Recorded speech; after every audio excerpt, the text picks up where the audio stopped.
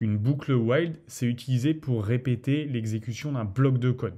Tant que c'est vrai, eh ben, elle est exécutée. Et le bloc de code à l'intérieur de la boucle, eh ben, il se répète. Syntaxe donc de la boucle while.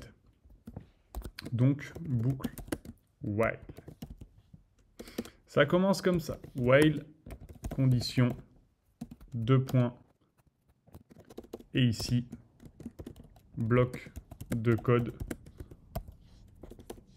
à exécuter tant que la condition est vraie. Donc dans cette syntaxe, on a donc une condition qui est une expression booléenne, vraie ou fausse, et donc le bloc est exécuté, et lorsque c'est faux, et ben la boucle se termine. Ce bloc de code est indenté, comme d'hab avec les deux points, ce qui indique donc qu'il fait partie de la boucle. Dès qu'il est plus indenté, c'est-à-dire qu'il y a la linéa là, et ben c'est plus contenu dans le bloc de code à exécuter. Pour comparer la boucle while à la boucle for qu'on verra après, et ben en fait les deux sont similaires, mais elles sont utilisées dans des situations où le nombre d'itérations n'est pas connu à l'avance, mais dépend plutôt d'une condition.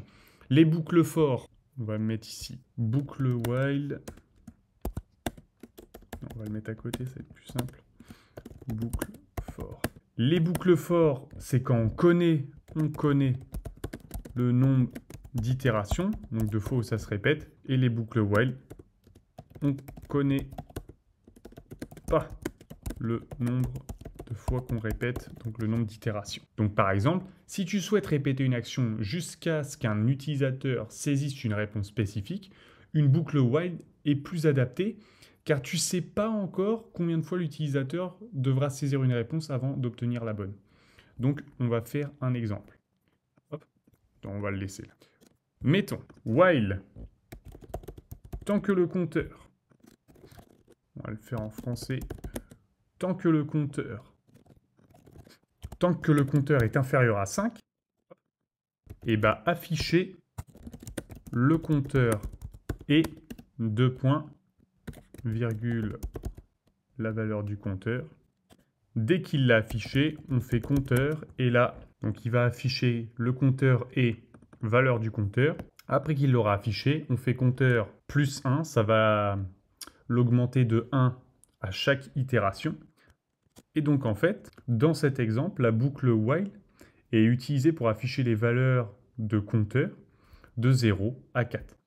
La boucle continue tant que compteur est inférieur donc à 5. Et là, le verbe pour dire qu'on augmente de plus 1 à chaque itération, c'est incrémenter. Voilà ce que ça affiche. Exemple 2 maintenant. Guess. Guess pour devine. Devine égale 0. Tant que devine est différent de 5, voilà le bloc à exécuter. Devine égalera un entier qu'entrera l'utilisateur quand il verra la phrase « Devinez le nombre ».